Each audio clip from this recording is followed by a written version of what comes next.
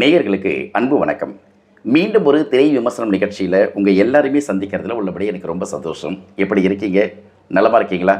இன்றைக்கி Srikrishna productions Mouli M Radhakrishna தயாரிப்பில் வந்திருக்கக்கூடிய உசிரே திரைப்படத்தினுடைய விமர்சனத்தை பார்க்க போகிறோம். உசிரே அப்படின்னோடனே ஒரு காதல் திரைப்படம், ஃபீல் குட் மூவி, ஒரு லவ் சப்ஜெக்ட் அப்படின்னு சொல்லிட்டு ரொம்ப ஆசையாக திரையரங்கத்துக்கு போக ஆரம்பிக்கலாம். ஏன்னா ஒரு காதல் படத்தை பார்க்குறதே ஒரு சுவாரஸ்யம், சுகம். அதில் எல்லா வயசுலையுமே காதல் வரும் இல்லையா? அதனால் காதல் திரைப்படங்களை பார்ப்பது பொதுவாகவே எல்லாருக்குமே பிடிச்ச விஷயம். உசிரே அப்படி தான். எதிர் வீட்டில் குடி வரக்கூடிய ஒரு பொண்ணை காதலிக்கிறார். யார்? டிஜே. எதிரில் வரக்கூடிய பொண்ணு ஜனனி.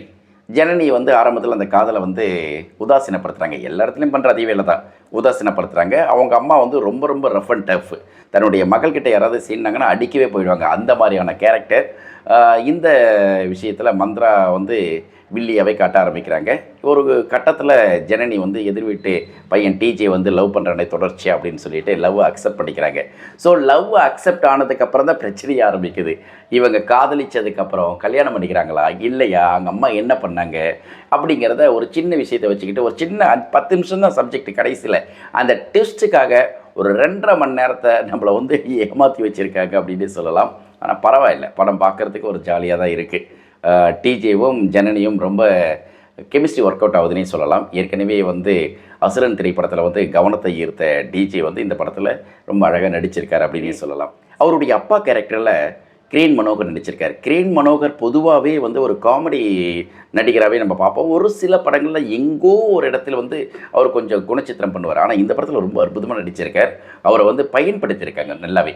அந்த பயன்படுத்தலுக்காக நம்ம பாராட்டலாம் அப்படின்னே சொல்ல முடியும். நவீன் டி கோபாலுடைய டைரக்ஷன் இந்த படத்துக்கு ஒரு பெரிய பலம். ஆனால் பெரிய அளவுக்கு சொல்லிக்கிற மாதிரியான படமாக இருக்கா அப்படின்னு கேட்டால் அது கொஞ்சம் கஷ்டம்தான்.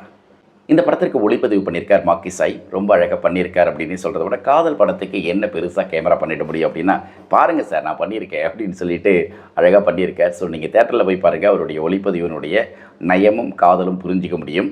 அதே போல் மணிமாறனுடைய படத்தொகுப்பு படத்துக்கு பலம். அதே போல் கிரண் ஜோஸ் இந்த படத்துக்கு இசையமைச்சிருக்கிற ஓரளவுக்கு பரவாயில்லை. காதல் அப்படின்னாவே கொஞ்சம் ஒரு ரொமான்டிக்கான ஒரு ஃபீல் இருக்கணும். இந்த படத்தில் இசை ரொமான்டிக்காக இருக்கா அப்படின்னு கேட்டால் இங்கே ஒரு இடத்துல ஒரு 10% மைனஸ் ஆகுது, ஒரு 5% கூடுது, ஒரு இடத்துல பார்த்திங்கன்னா காணாமே போயிடுது. அதனால் ஓவரால் தி மூவி அப்படின்னு பார்க்கும்போது 25% தேருது அப்படின்னு சொல்லிக்க முடியும். உசிரே அப்படின்னா ஒரு காதல் கதை, சாதாரண கதை. எதிர் வீட்டில் ஒரு பொண்ணை லவ் பண்ணுறாங்க, அவ்வளோதான். லவ்வுக்கு எப்பயுமே அம்மாவோ அப்பாவோ யாரும் எதிர்ப்பாங்க, இல்லை பொண்ணுடைய அம்மா எதிர்க்கிறாங்க. அதற்கு பிறகு அந்த பொண்ணு அந்த காதலை உதாசீனப்படுத்துகிறா, அப்புறம் லவ் பண்ண ஆரம்பிக்கிறா. அதுக்கப்புறம் அவர்களுக்குள்ளே இருக்கக்கூடிய விஷயம் இதுதான். ஒட்டுமொத்தமாக ரொம்ப சிம்பிளான ஸ்டோரி. உசிரே அப்படின்னு சொல்லிட்டு நீங்கள் உசிரை மாய்க்காமல் படத்தை பார்க்கலாம். ஓகேவா? இந்த படம் இப்போ கோடம்பாக்கத்தில் ஓரளவுக்கு எல்லாராலையும் கவனிக்கப்பட்ட திரைப்படமாக இருக்குது அப்படிங்கிறதும் இன்னொரு முக்கியமான விஷயம். இந்த படத்தில் டிஜேவுடைய நண்பர்களாக தங்கதுரையும் கதிரும் ரொம்ப அழகாக பண்ணியிருக்காங்க. பெர்ஃபார்ம் பண்ணுறது ஒரு காமெடிக்கு ரொம்ப அழகாக அவங்க துணை செய்கிறாங்க. அவங்களோட மற்ற நண்பர்களும் ரொம்ப ஸ்கோர் பண்ணாலும் கூட தங்கதுரையும் அதே போல் இந்த கதிரும் ஸ்கோர் பண்ணுறதுல தனித்து நிற்கிறாங்க அப்படின்னு சொல்லலாம். ஒட்டுமொத்தமாக உசிரே பார்க்கலாமான்னு கேட்டால் நீங்கள் பார்க்கலாம் தேட்டரில் போயிட்டு. சரியா? படத்தை பற்றின விமர்சனத்துக்கு நீங்கள் என்ன கமெண்ட் கொடுக்க போகிறீங்க அப்படிங்கிறத கமெண்ட் செக்ஷனில் போஸ்ட் பண்ணுங்கள். இந்த படத்துக்கு உங்களுடைய தனிப்பட்ட கருத்து எதாவது இருந்தால் கூட தெரியப்படுத்தலாம். இந்த படத்தை பற்றின விஷயத்தை உங்களோட பகிர்ந்துக்கிறதுல எனக்கு ரொம்ப சந்தோஷம். நீங்கள் இது வரைக்கும் நம்ம சேனலை சப்ஸ்கிரைப் பண்ணலைன்னா தயவு செஞ்சு உங்களுடைய நண்பர்களுக்கு தெரியப்படுத்துங்க. நம்ம சேனலுடைய வளர்ச்சிக்கு துணை செய்யுங்க. மீண்டும் அடுத்த திரை விமர்சனம் நிகழ்ச்சியில் அல்லது இன்னொரு ஆகச்சிறந்த ஒரு நிகழ்ச்சியினுடைய பின்புலத்துடன் உங்களை சந்திக்கிறேன். அதுவரை அன்பு வணக்கங்களையும் வாழ்த்துக்களையும் சொல்லி விடைபெற்றுக் கொள்கிறேன். என்றும் உங்கள் நேசத்திற்குரிய நாகா.